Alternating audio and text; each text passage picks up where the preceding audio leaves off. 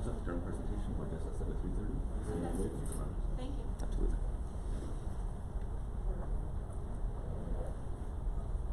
Just provide the QR codes on the seats there. Good morning. Good morning. I'm your volunteer who will be out in the hallway, so if you need anything, All right, thank you. you're welcome.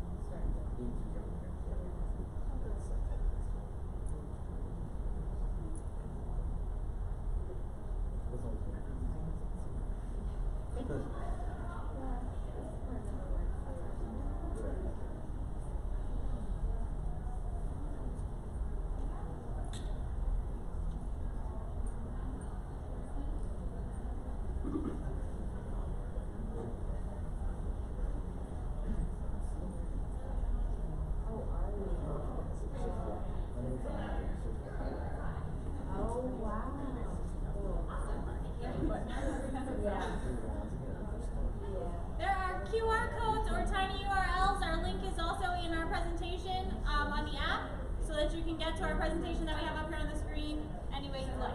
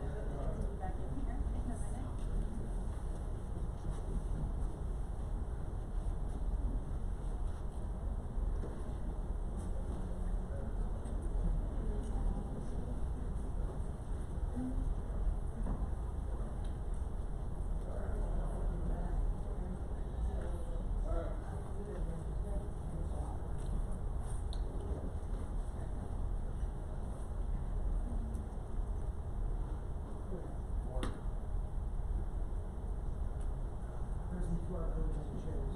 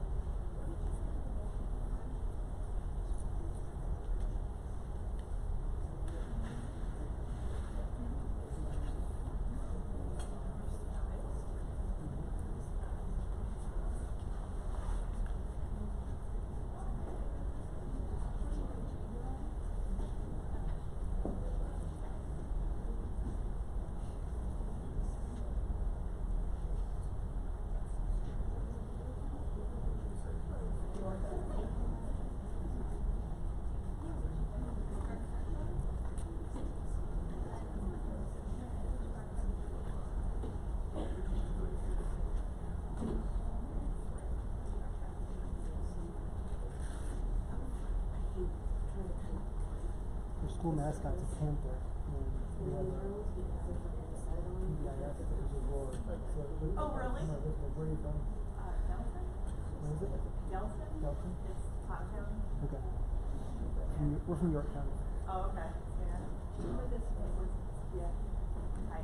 Everybody's that big out of that.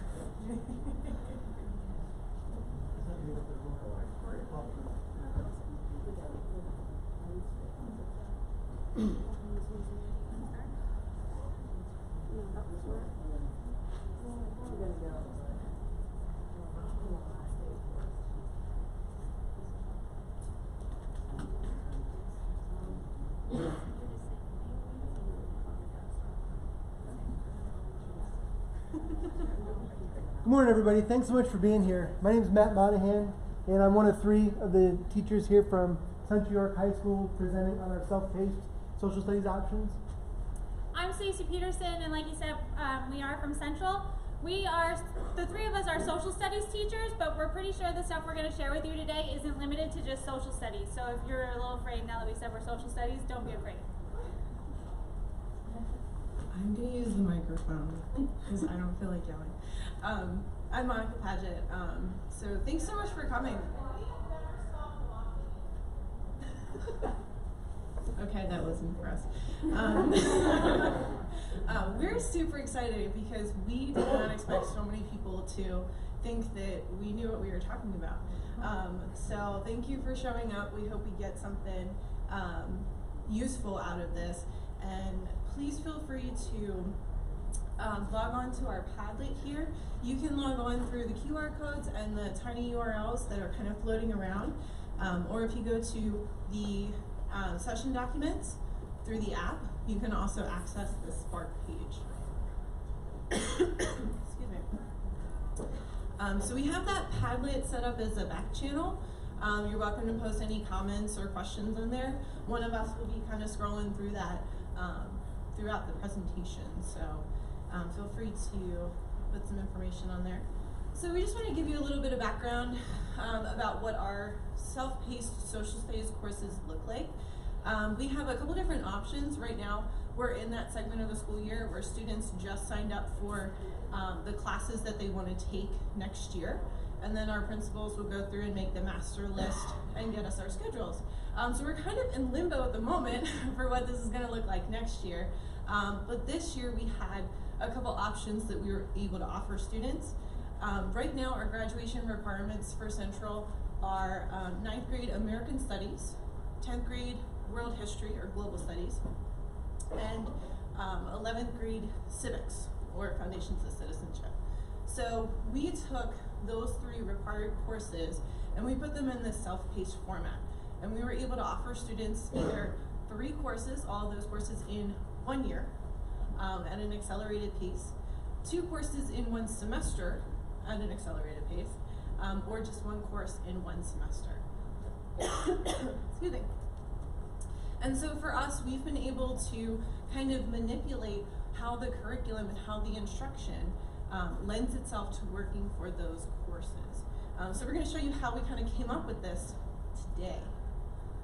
So when we sat down, after we kind of figured out what we wanted those courses to look like on paper, the concept of those 3-in-1, 2-in-1, or 1-in-1 courses, we had to do some curriculum writing because we realized that even though we knew the courses, all of us in some capacity have taught all of those courses in a traditional setting.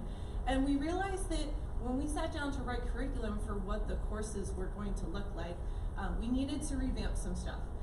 So we ended up spending a couple of days over the summer to really get everybody on the same page with what that curriculum was going to look like. And so we had to kind of sort out what we wanted to keep, what we wanted to stay the same when we went from a traditional teacher-led classroom to a self-paced option, and what that curriculum and content was going to look like. We wanted to keep as much as the content the same, but what that content was going to look like and how students were going to access it was going to be a challenge to figure out. So when we ended up shifting our curriculum a couple of years ago with content, we also moved towards a skills-based curriculum. We're at that day and age where I don't think it's important for students to memorize the date that World War I started. It's important that they understand why it started in that time period and how it had a lasting impact on the rest of the 20th century. But those dates, they're always going to be able to Google. They're always going to be able to have a device that will tell them that recall information. I want them to be able to figure out why it's important for that time period. So that shift to skills-based curriculum was also really important during this time period. The last part about curriculum writing that really had us stumped for a little while was that we had to figure out how to make all of this happen ahead of time. when we had a self-paced option, it wasn't something that we could just learn the night before we presented it to kids. Are there any like new teachers in here? First, second, third year teachers? Okay, so when you're teaching a brand new course or when you're just starting out, you know things about 24 hours before the kids know them in your class, right? You're kind of getting your feet wet, figuring out how you're going to teach this lesson versus that lesson. Are you going to show this video or have that reading? We needed to know all of that as soon as possible before the first day of school, if possible. So when we talk about creating a self-paced option, front-loading the workload seems very daunting. And it definitely does. To write an entire course that you're able to hand to students on the first day and say, go explore this, and then not make any major changes is a huge undertaking, especially during the summer. We all know that we need that time to rejuvenate, and for us, we were thankful to have each other, but we had to put extra time into that so that that front-loaded process was complete as much as possible ahead of time. So that's a little bit about the curriculum. I'm going to hand it off to Matt, and he's going to talk about what that instruction looked like.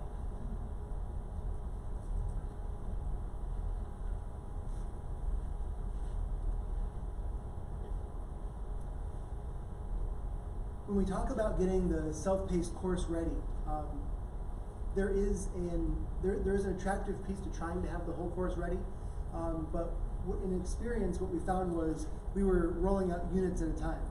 And the benefit that Monica had mentioned is that we had all taught the classes that we were prepping for before, and because our 3 required classes were split up among 3 teachers, we were able to kind of focus on one of those. So we are putting together this program that touches all 3.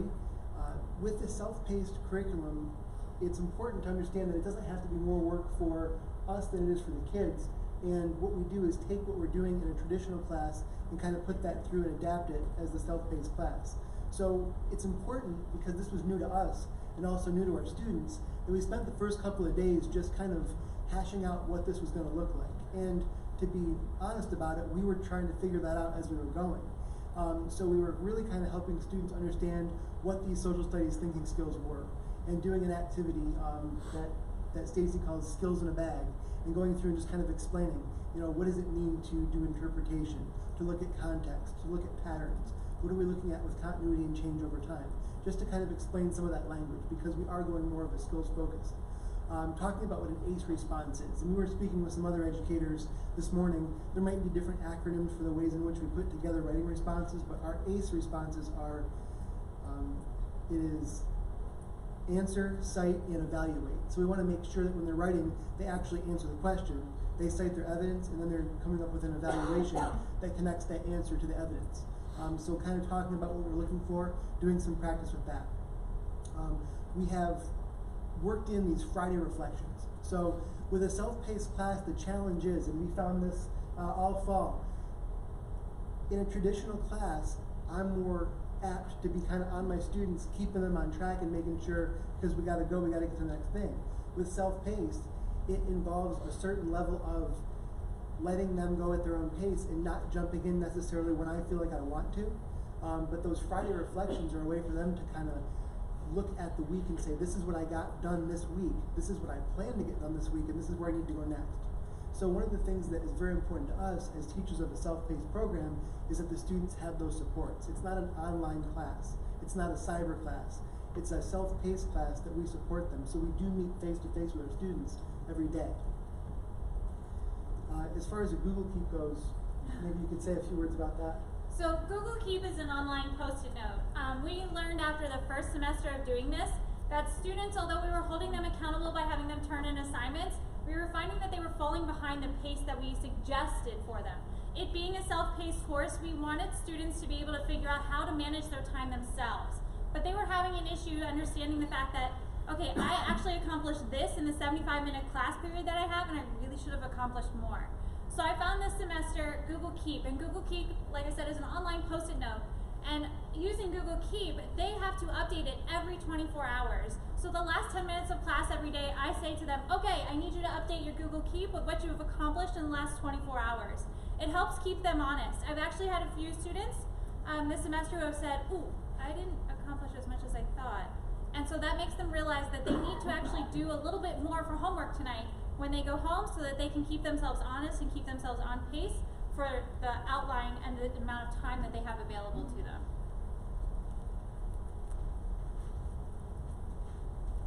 It was important for us to realize, and it's also important for our students and their parents and guardians to understand, that self-paced doesn't mean infinity time either, because we still operate within the constraints of a semester and a school year, and it might be appropriate for students to be at different assignments, even different units, but we still need to kind of play on the same field in terms of the school year.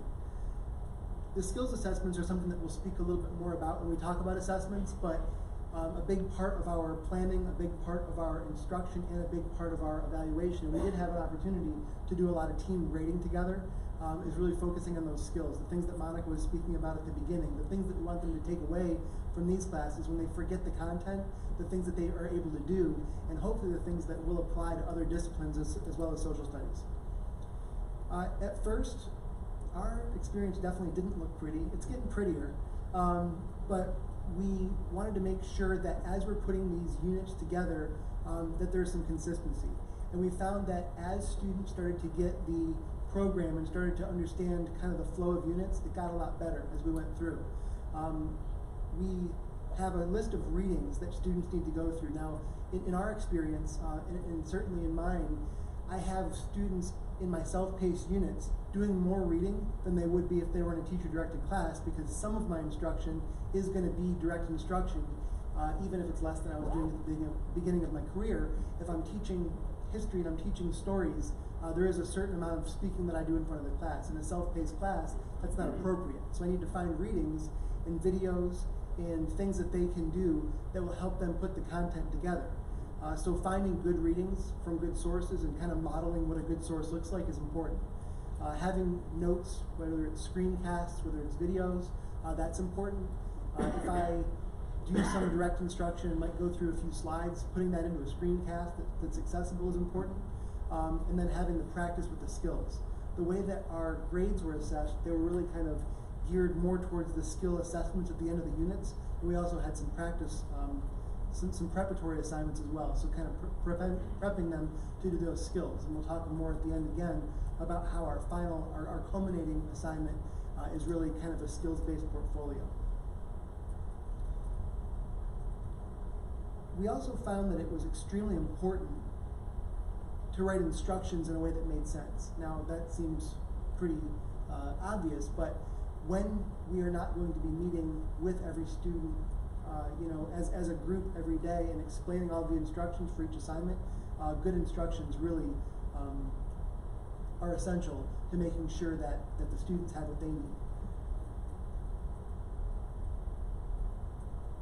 Now, in terms of where we have succeeded and failed, I can happily report that we've had some successes. We've definitely learned a ton going through this, and we still are.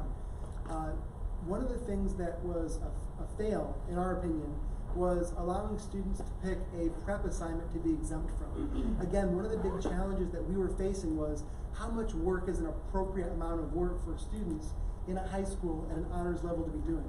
How much reading should we really be able to expect them to do? How many assignments? How much writing?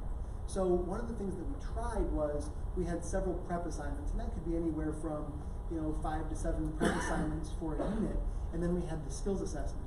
Well, what we toyed with and what we did the first semester was we allowed them to substitute a prep assignment for a skills assignment, so that if I'm going to do a skills assignment on life in cities during the Great Depression, I might not do that prep assignment. And what we were finding was that became a potential for a gap in content knowledge, but also really a big issue for our grade book, because then we had to kind of figure out who's exempt from what and how does that work out with a grade. One of the things that we looked at as a win, as a success, was having students reflect daily on that Google Keep, because then we've got that kind of constant support, and it doesn't take a lot of time, but it goes a long way in making sure that people are where they need to be.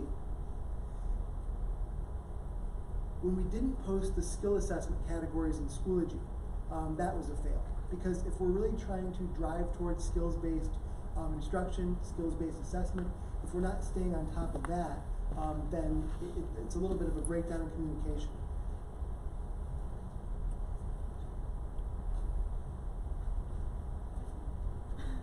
So we made, as the social studies department at Central, we have our 5 skills that we focus on, and then we have a chart that is broken down into subcategories. So under our patterns, for example, we have the categories of cause and effect, compare and contrast, and continuity and change over time.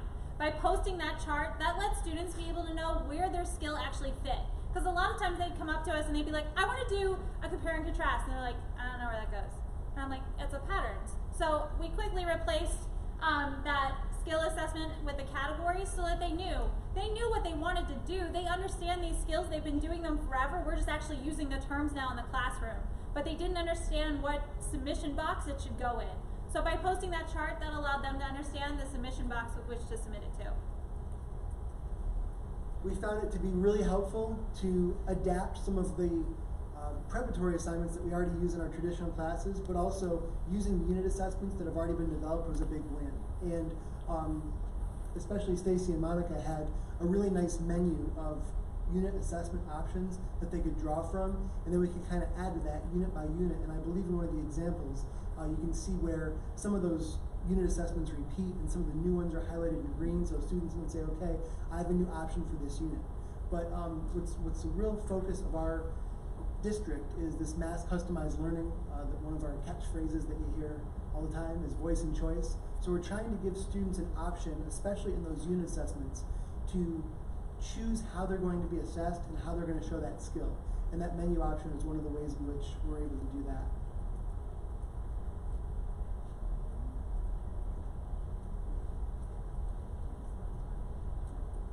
So we promised that this would be interactive.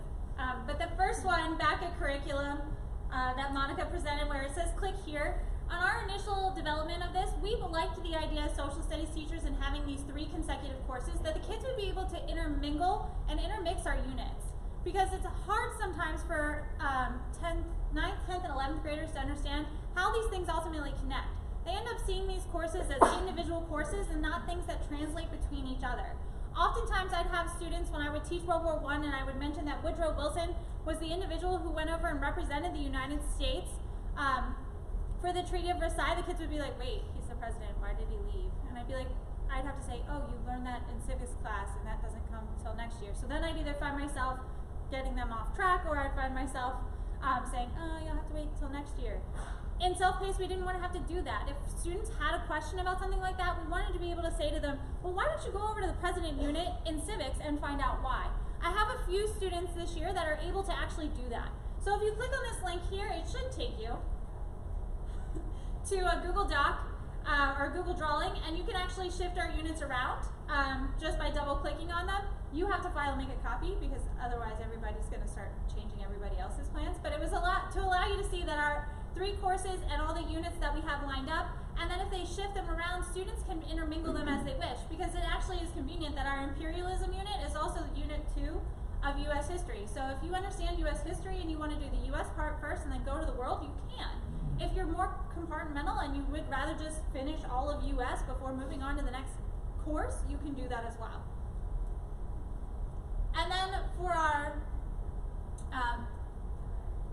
instruction option, I made a play pause it. Play pause it is kind of like Edpuzzle if you happen to have Edpuzzle or know what Edpuzzle is.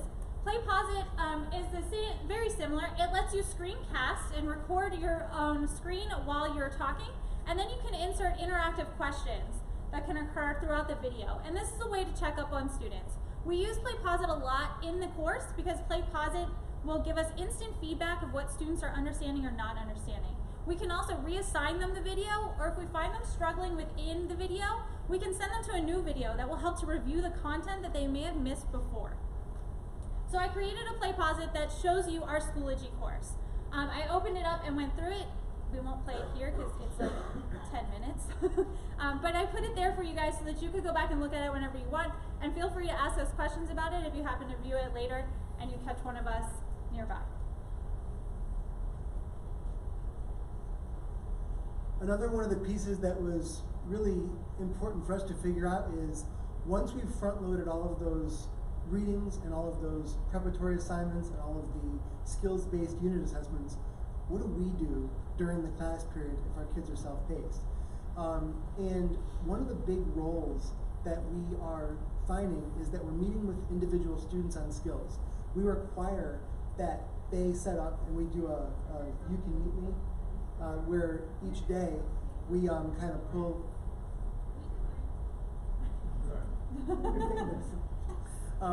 We pull them in for a meeting. They set up a weekly meeting with us, and they have to meet with they have to meet with us on alternating weeks. So that's an opportunity for us to kind of make sure that we're touching base with everybody. And it's also pretty cool because the ways in which different people explain things can work for some students and better than others. There's some ways that I explain things that just don't click with the kid. If they meet with Stacy or Monica, they can explain it in a different way. But we can also kind of support them those ways. We can also meet with small groups and talk about how to complete an assignment. If we find that there are several students that are in the same place and we're getting a similar question, we can pull them in. It's also an option, and I don't know if this might be a question that people have. If students are in the same place, we do encourage them to collaborate on some things as well. We meet with students really about time management and about planning. And as we got from our school year starts in August, and at the beginning, we didn't see students really that concerned about pacing because it's a self-paced class, I can do what I want. And once we got towards really, the middle of the semester, Thanksgiving, after the holidays, we had a lot of stressed out kids. So really what we ended up doing is most of our time was talking about calendars and planning and how many assignments do you have to get done between now and such a date so that you can finish this. And now after being through it for a semester, we're really kind of helping them out with that skill of time management and some of that soft skill. Also, we found it very important and very informative to do a lot of common grading for two reasons, really. First of all, so that we could understand, so that I could understand the skills-based stuff a little bit better, but also we know now going forward that if we spent a semester grading those skills assessments together, we know what each other are looking for. So our consistency in grading is going to be even more effective. But also going forward, we're able to again speak that language and the skills to the students in a way that's more of a united front.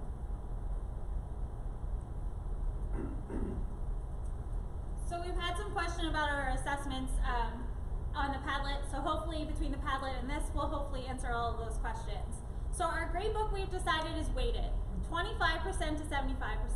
We wanted the focus to be on the skill assessments because when we have our regular teacher-led classes, we're able to give students mini lessons, and those mini lessons then usually convert into their actual assessments within the regular course. So we wanted the self-paced to have the same option, and we wanted them to realize that the skill assessment was a bigger emphasis of our course and what we were trying to get them to understand when they leave. So 25% is for preparation. Those are the little assignments that we give them, maybe little quizzes or those play pause it videos where they have questions about content. Where we're like, do you understand this? Do you understand what order, which came first, the chicken or the egg kind of deal? And they have to put those assessments in there. Those pre-assessments or preparation assignments help us to understand what skill they might be struggling on. Because we've made those prep assignments for, like I said, for our regular classes, and those help us as teachers to understand where their needs need to be met. The 75% for the skill assessment is the 5 skills that our department focuses on. So we have context, interpretation, patterns, synthesis, and reasoning are the 5 that our department focuses on, and then we have sub-skills within those like I described earlier. And those skill assessments are the ones where students get a little more voice and choice in what they do. The prep assignments are there and spelled out for them. You have to make this mind map, you have to do these notes, you have to fill out this graphic organizer. But the skill assessments are a menu option, and I gave you guys a menu there from one of our, I believe it's our Unit 3 menu option. But the menu option, oh, and this one is even Global Studies. So we encourage them to use the ACE format that we talked about earlier, and ACE is simply asking them to answer the question that's needing to be asked, to cite their evidence, and it has to be historical evidence, not some random fact that they think they knew or that they Googled. We're trying to encourage them to use their actual factual evidence for history, and then we ask them to evaluate. Our English department uses the same acronym, except their E is to explain. We want them as historians to go beyond the explanation. We want to know why this is significant enough for us to teach it in the classroom. Why is it significant enough that you are taking the time out of your educational experience to learn about this particular topic? So when we ask them to do the E, we're asking them to tell us about the why and the how they got where they are. It's not just, this is what happened and ta-da, I'm done.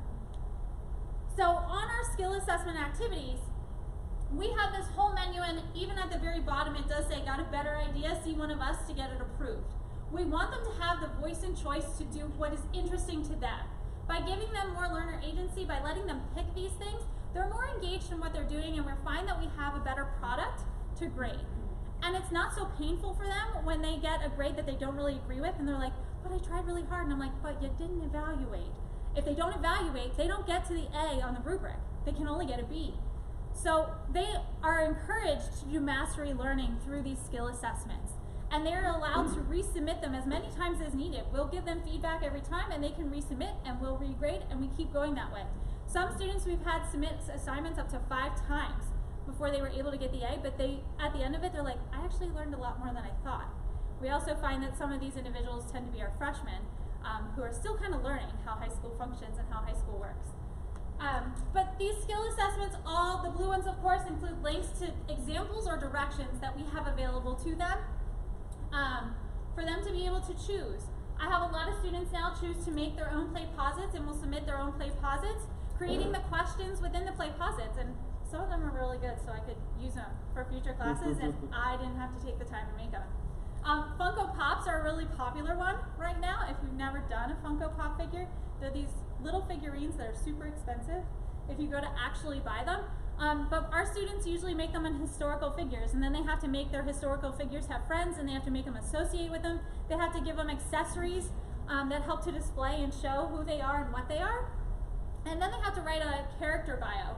And the character bio, a lot of times we'll get ones that are just submitted with, they were born here, they did this, they accomplished that, and they died. And we're like, no, that's not enough of a character bio. Why did you make them into a Funko Pop? Why did you give them the friends that you gave them? So these menu options help, like I said, to give them a lot of voice and choice and a lot of say in what's going on.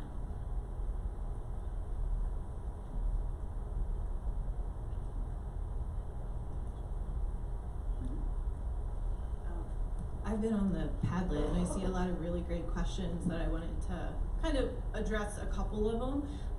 One of the things that has helped us is that the skills-based curriculum that we've come up with is a department decision.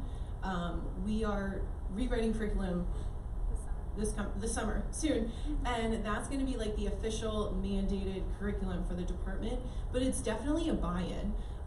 It's something that we had to change our mindsets about. When you move from a traditional classroom to a skills-based classroom, or even a self-paced skills-based classroom, it's totally different than what we went through as students and what our training has been in. And so when we have to present this to students and get that buy-in, we need faculty support. And it's very easy for us to explain a skills-based curriculum or explain a rubric when a junior or a sophomore has been exposed to it before. And so the fact that our department has moved into the skills-based curriculum has helped us out in reteaching the skills instead of making that full swing. So that is helpful. If you have a team of people, like I'm very thankful for Stacy and Matt because I'm just riding on their coattails. But when you have a team, when you have a like-minded team like this, it's so much easier than doing it by yourself. Whether that's as a department or whether that's within a department. So when we're going through some of these assessments, yes, it does take some time, especially on the front end, to make sure those instructions are clear, to make sure those rubrics are clear, but the students end up enjoying it and they get so much more out of it than being able to just memorize facts. They're able to make those connections from the skills-based curriculum. So I just wanted to explain that little piece of buy-in. So like I said, for our assessment, they just have a lot of voice and choice in what they get to turn into us, especially for that 75%. Because of them getting that voice and choice, they're buying into what they're doing, and they're more excited about doing it. It's not just, oh, this is another project that you gave us, and it's boring and dumb, and I don't want to do this. By them actually getting to choose what they do, they're more excited about it. So that's all we really had to share with you and to give you those links to hopefully help you out. But if you have any questions, we would love those. Or if you want to keep typing on Padlet, Monica can keep going. Oh, just kidding. We're done.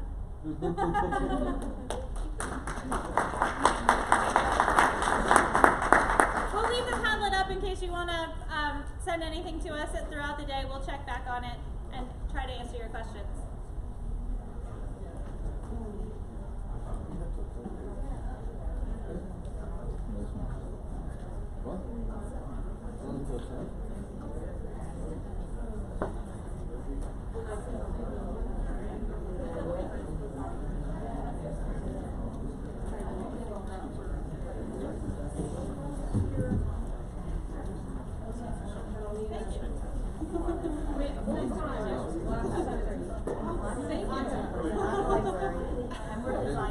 All the rest of them in there.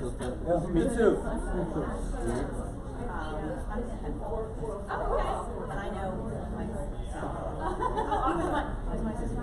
Ask him who's his librarian. No. Well, ask him that. You can go. I have to modify it, not maybe yeah, I now have like semi-self-paced. Thank you. I work in the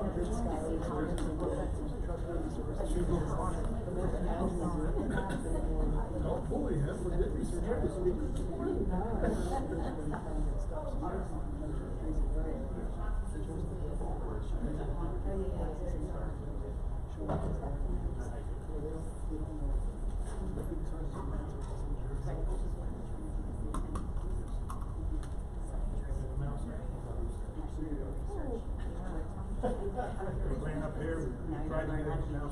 good researcher, but, If you have questions, please let us know or send us I emails. mean,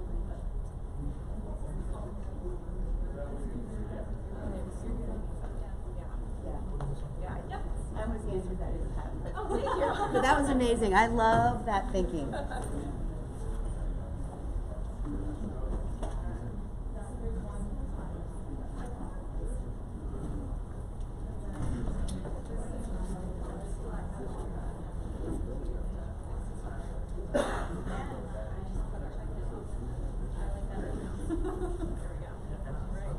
Can we grab you guys for just a second or two? Sure. Ask you a couple questions.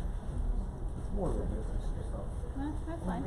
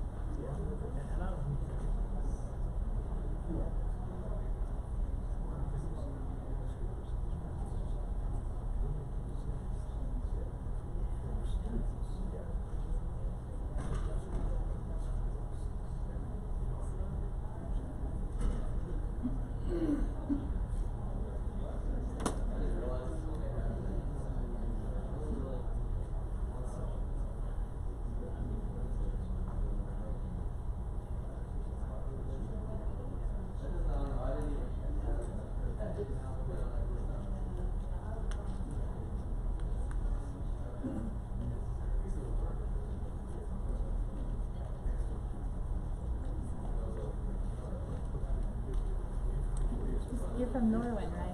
Yes. Do you remember me? I'm Cassidy Craven. I never had you as a teacher, but I worked there, and my brother was Zane. I don't know if you had him for any classes, but Yeah, the name sounds. yeah. So it's good to see you. Yes. Yeah. Where are you at? I'm at Seton Catholic up in Meadville, so I moved outside of North Huntington. Yeah, I went to Teal in Greenville, so Okay, yeah. so I kind of just stayed up around there. That's nice. So, That's yeah. good. Very cool. So you get to, are you here for all 3 days? Yeah, or 4 technically. But. Yeah. You're here all Mhm. sometimes. Yep. That's nice. Yeah, What do you very cool. teach? So I'm teaching K through 8 technology. Okay. Yeah, and so I'm certified math, but they're kind of like, are you good with computers? I was like, I guess. So I've been doing that for about 4 years now. So I do that, and then 6th, 7th, and 8th grade math. I love it. It's fun.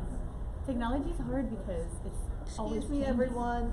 The presenter still hasn't shown up yet, but we've also, I have notified her, so hopefully she'll be here soon. But if not, of course, you're always welcome to go into another session somewhere at Pete and C. But like I said, we notified about 10 minutes ago, and we're still not seeing the presenter.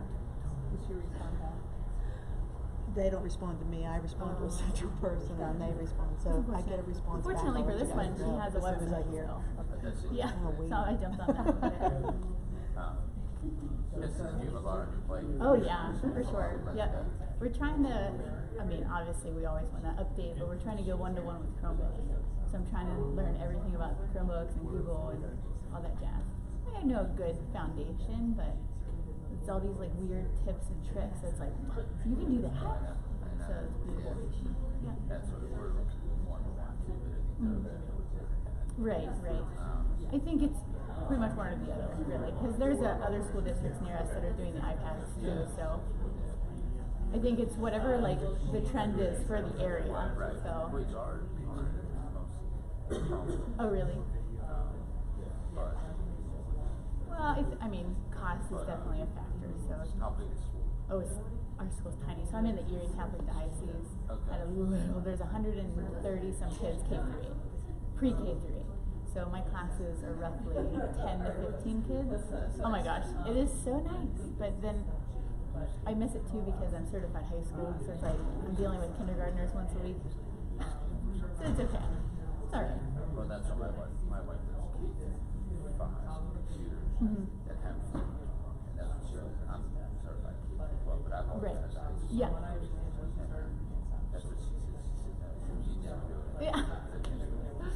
Well, we might actually be getting rid of kindergarten computer because when they physically can't put their hand on the mouse because they're so small. I mean, you can teach them like the basic skills and stuff, but it's hard to come up with a whole year's worth of activities for them.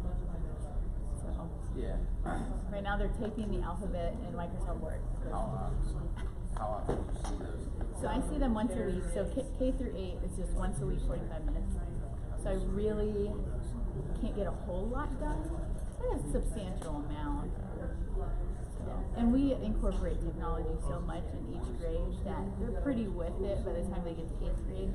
It's just teaching them like those weird tips and tricks that I was talking about. If you're ever looking for ideas, I would give it on that level. Yeah. My wife, Yeah, yeah. but yeah. Yeah, thank you. She does. Yeah, my mom's still at the high school, Bonnie Kravic, lunch lady. Yeah. So she's still there.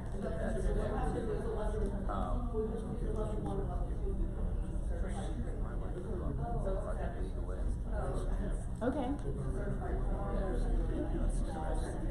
Project Lead the Way. Is that a free? I know. No. I do,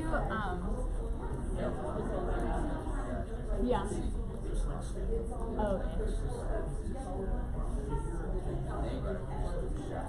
Okay. Yeah, one way or another, we could probably get it somehow, somewhere. Yeah, that would be nice. Subscription and stuff. You can't use this unless you have this.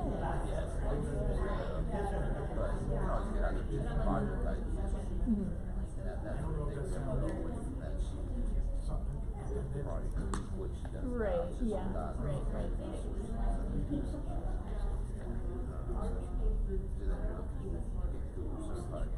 Right, yeah, for this, but I mean, we're at 10:10, so I don't know, I might walk to the next program that I'm interested in. I wasn't interested in, it was titled Hello World, Creating Your Class Brand, because I was thinking about going like social media, like my teacher page, but they canceled it.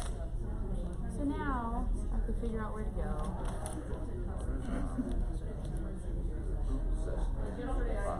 Yeah. So I have, there's a Chromebook management best practices. I have a thing mapped out. Hacking Chrome.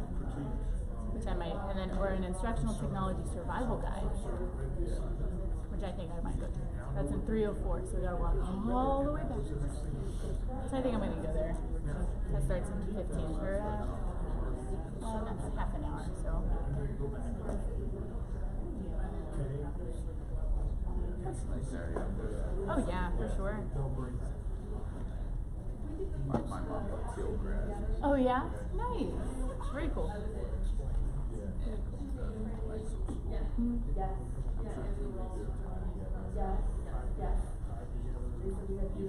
When did you graduate? 2009. My brother was 3 years. Yeah. So, cause you were mainly business classes, right? Computer business? Yeah. Okay. All programming about 5 years ago. Cybersecurity. That's pretty cool. So, what happens when Yeah. Sure. Yeah. So, Without knowing what you're getting yeah. into. And, then eventually,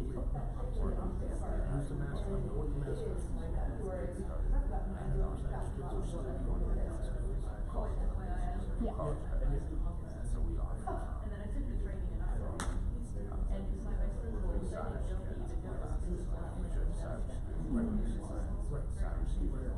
Okay. Mhm. Yeah. Right, so you have to be 3 steps ahead. Or 1 lesson ahead. Yeah, yeah.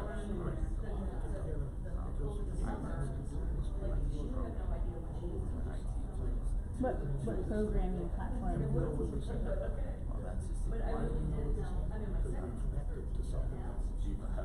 I'm sorry, this session, the Yeah, teachers did not show up, so it's been canceled. I have 1 class. I apologize for the inconvenience. I have 1 class. Okay, yeah, I use that too. So it's been nice this session.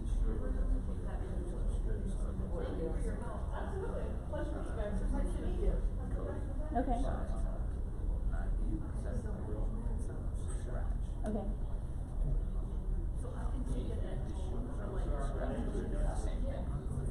Right, right.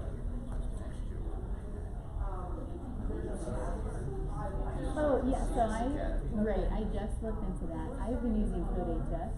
It's free. And so I did Java and Python with them.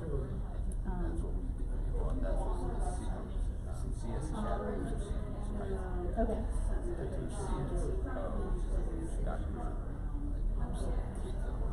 Mm-hmm. Okay.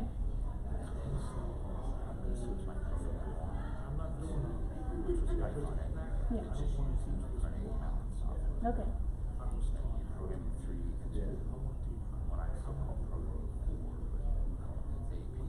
Okay. That course is always linked to college and high school. So they'll have a kids know which was your AP or college and high school for Okay. that program, for that's job. That's what I talked to CMC yesterday.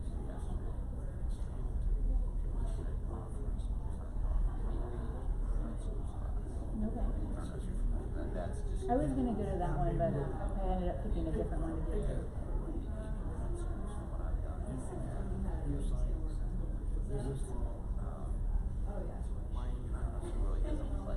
Okay.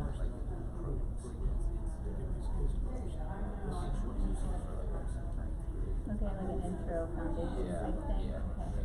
It's theory, and then some apps. Mhm. Like research different schools, some will have it in their COs, yeah, a lot of schools just have it outside.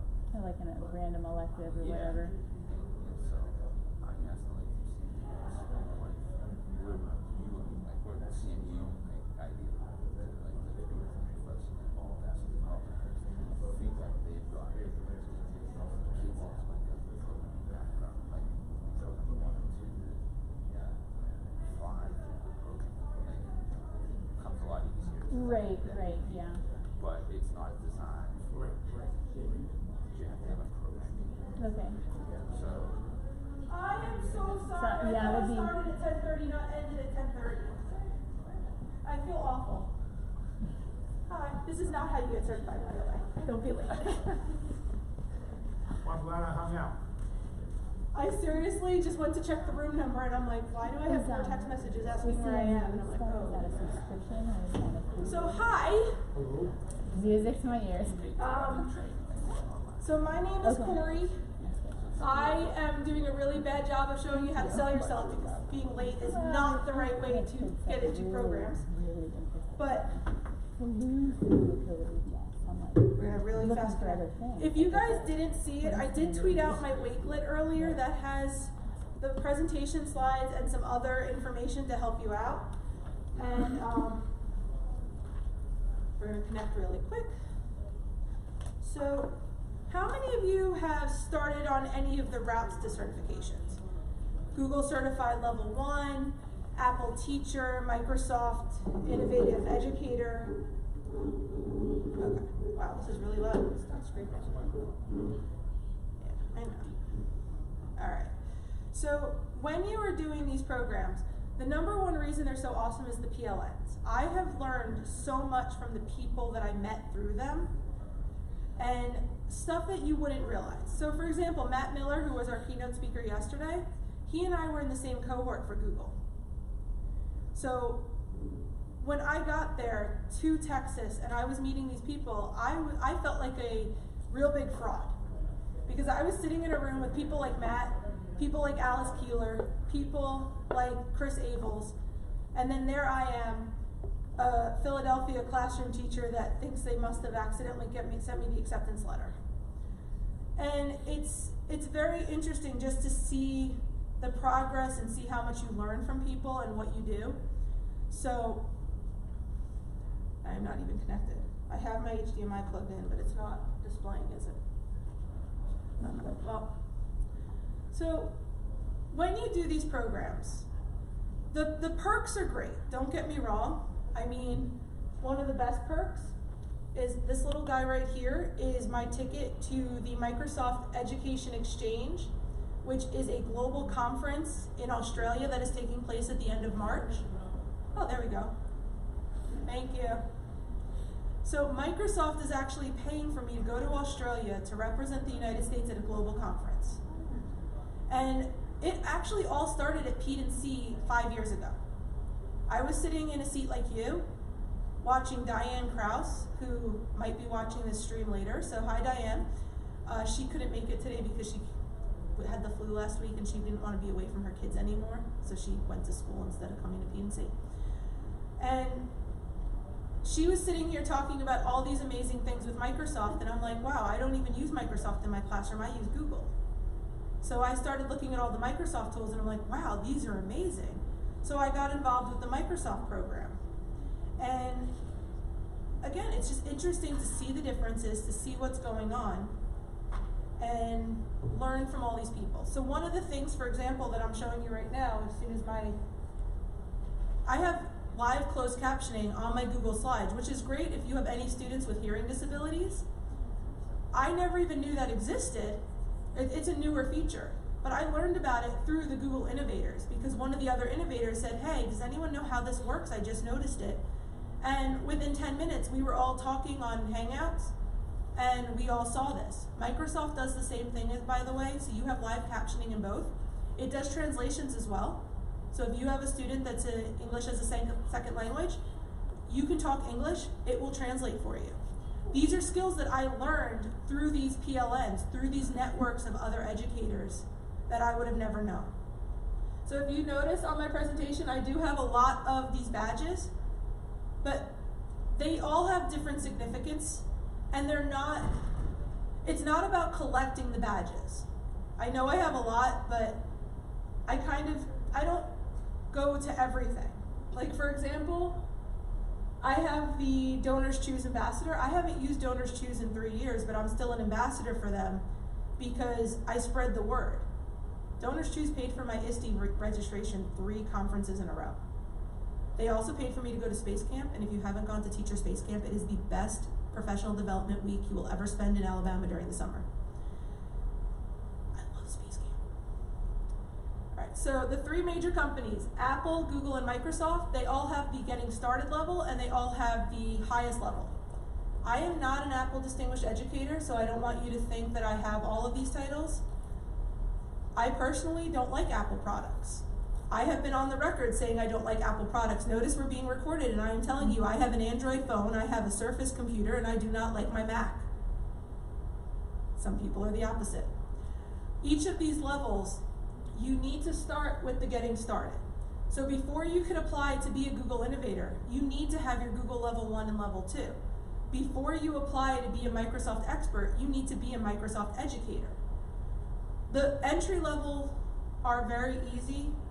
It's about getting involved and showing what you know. The expert level has the application, and that's what I wanted to talk to you today about, is those applications and how to stand out. So, and again, I'm kind of rushing through this because I did mess up and I'm so sorry I'm late. You do have all these resources on the Wakelet and I did tweet them out. If you look at the numbers, Apple Distinguished Educator, there are 943 Americans who currently hold that title.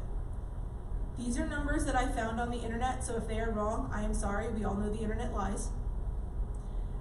Google Education has 174 Americans, and Microsoft Innovative Educator Expert has 632 Americans. Now, Microsoft does have one level above Educator Expert, which is the Fellow, and there are 26 of us Fellows in the United States this year. The 26 Fellows are kind of like the, I want to call us the ringleaders, because I'm the one who kind of runs the message board for the Pennsylvania teachers. And that's really all the Fellow, well, not all, but that's pretty much the majority of what the Fellow does. When we had our conference in Seattle for Microsoft, the Fellows went up a day early, and we helped organize, and we helped put everyone into groups, and we created some of the contests and stuff. So we do a little bit more than the experts, but it's not much more. But you can see by the numbers, having these titles really help your resume as well. My current job is because I had all these titles and they found me on the internet and said, we want you to come work for us. And not gonna lie, it was very scary leaving the classroom, but I do love being a consultant and going into different schools every day and training teachers. It's fun. I'm not late to schools, by the way. If you hire me to do trainings, I will be on time. So why should you care about getting certified?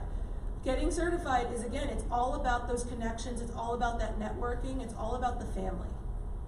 When I went to Austin with my cohort, there were 50 of us. We never met each other and we shared hotel rooms. We carpooled from the airport, complete strangers. There was like literally a person holding up that says, Google Innovators, come here. You meet these people and you instantly connect because you have a bond. How many of you here this weekend at P&C already made new friends, traded Twitter handles, and said, we're gonna stay in touch and we're gonna work together to help our students? Global scale. You're doing it right here in Pennsylvania. These certifications help you do it globally. If you are not already, by the way, if you notice on my Wakelet, I said to get started at the state level. Keystones are amazing. If you notice all the people today wearing purple, this is Keystone Day at P&C. Keystone is an organization of Pennsylvania teachers. You must be nominated by your principal. Nominations for 2020 are now closed. So I highly recommend in 2021, you get your principal, you email them the form, you forward it to them, and you just say, fill this form out, put my name on it, nominate me, nominate so-and-so, nominate. It is an amazing PLN and you will learn a lot. All right, so imposter syndrome. As I said, when I got to Google, I felt like an imposter because I was sitting next to 3 superintendents, a NASA fellow, Matt Miller, Wanda Terrell, who is one of the featured voices this year for ISTE. I just said Wanda. There were multiple people that have all these amazing things on their resumes, books published, podcasts, and there I am, a Philadelphia classroom teacher. There is a reason why you should apply for these programs even if you feel you don't have those qualifications, because everyone else sees in you what you can't see in yourself. Everyone else wants to put you up. Nobody is here saying, I don't want you to do this. Nobody is saying you're Aaron Burr. Sorry, I had to throw in the Hamilton quote.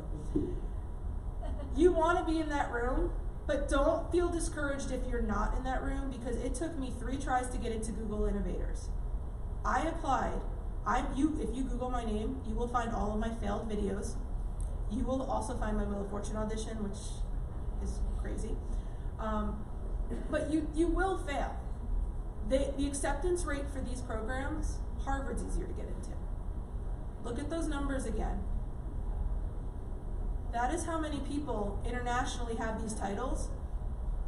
They get thousands upon thousands upon thousands of applications. So, how do you make yourself stand out? If the question says, what do you do in your classroom? Don't just say, I grade papers and I give tests. So let me ask you right now, I want one person, and I'm gonna randomly pick you, I'm putting you on the spot. What do you do in the classroom? Inspire, How?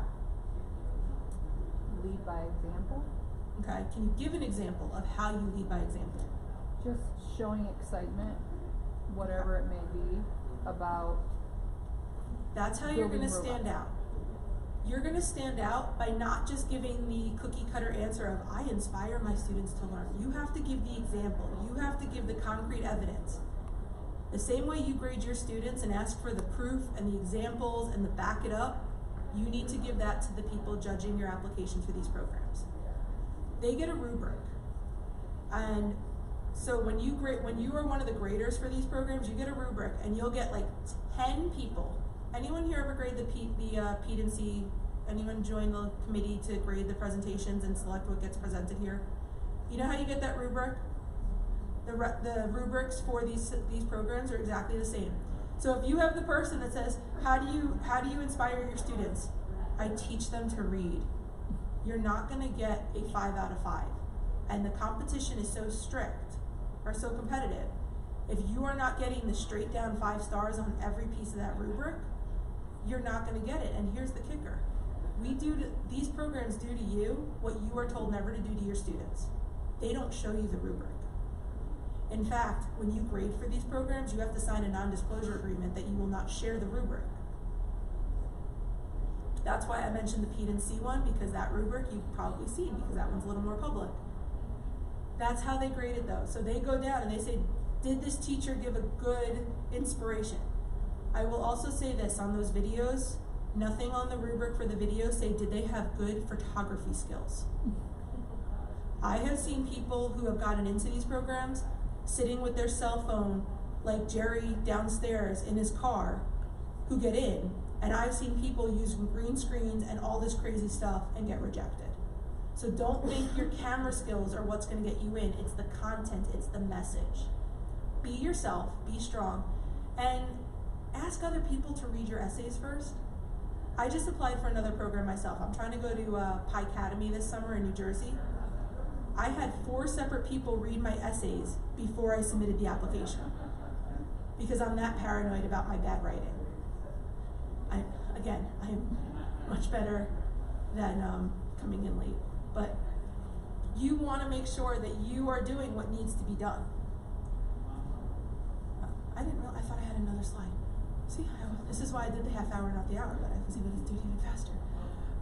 So what I want you to do right now is turn to the person next to you, and I want you to try an elevator pitch. But before we do that, who knows what an elevator pitch is?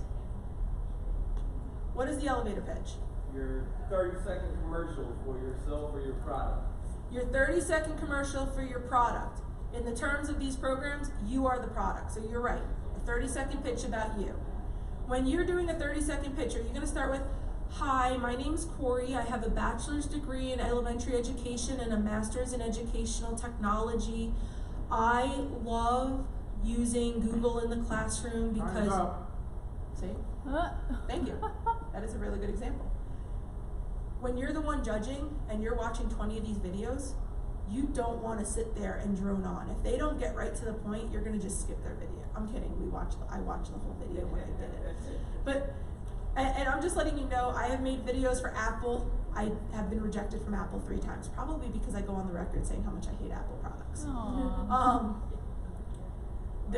Apple's Academy is supposedly like super amazing, and the same way that I had such a life-changing experience from Google, I want that experience, but I don't need the rest of it. So I've actually given up. 2 attempts at Apple, I did not try again. Apple's program only takes applications every 2 years. They just did a round in 2019, so your next attempt to be an Apple Distinguished Educator is 2021. So So if you're going to apply for Apple, start working on that video now. I also recommend getting some books published on Apple Books, the ebooks. Apparently that sets you apart for Apple. They like people who publish about them. Google doesn't care if you publish. Google cares about your message. In fact, the whole point of the Innovator, most of the Innovator products have nothing to do with Google tools. Last year, we had an innovator who came up with a project to help prevent teacher burnout. Not one thing in his Innovator project had to do with Google tools. It had to do with teacher morale and helping schools improve. So even Microsoft, don't think you have to use Microsoft tools. None of these programs are tool agnostic. They want the well-rounded teachers. They want the vocal people who are going to speak about them and get other people involved.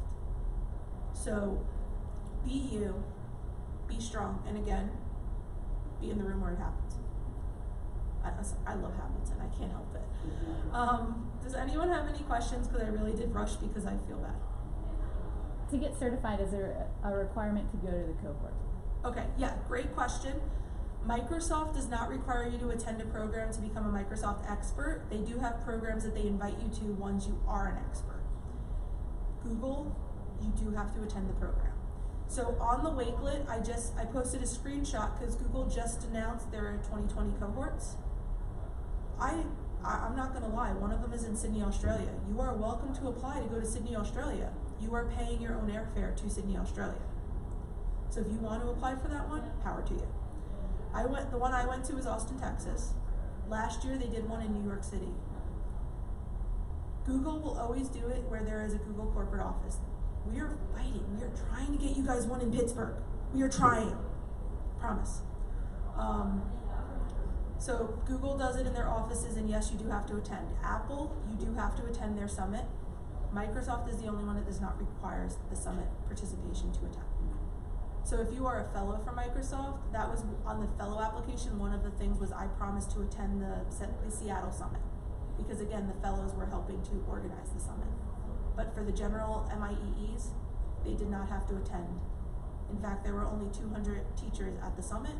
And again, if you go back to these numbers, there's 632 Americans. I don't think all 200 were there.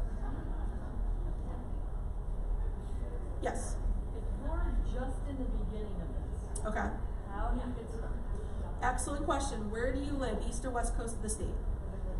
Pittsburgh. So on Facebook, for Google at least, on Facebook there is a group for the Google Education Group Western PA. It is a open group, anyone can join it. There is also a Southeast Pennsylvania. Why we're not just East Pennsylvania, I don't know. We're Southeast Pennsylvania.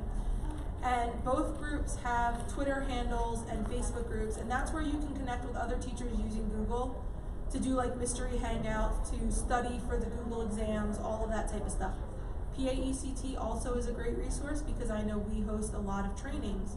So before you go to the test, you can talk to other people, you can learn the tools. I will tell you this, the level 1 test, if you have used Google Docs or Google Drive or Gmail or anything within the last 6 months, you will pass the level 1 test easily.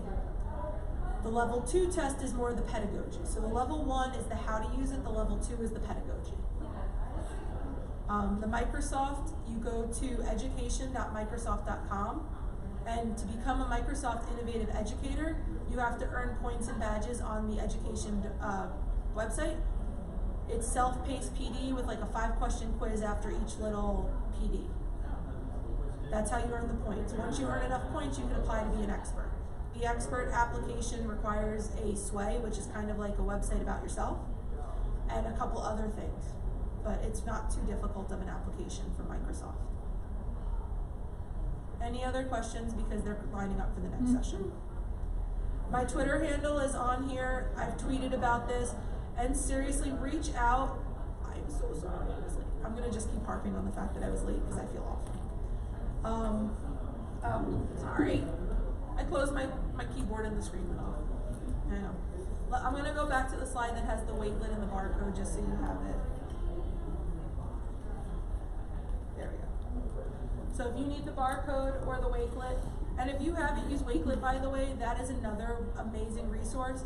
I consider Wakelet to be Pinterest on steroids. Sorry, everybody. It's the easiest way I can think to describe it. Oh, well, that's helpful. Doctor? Mhm. Yes. Oh, I got it.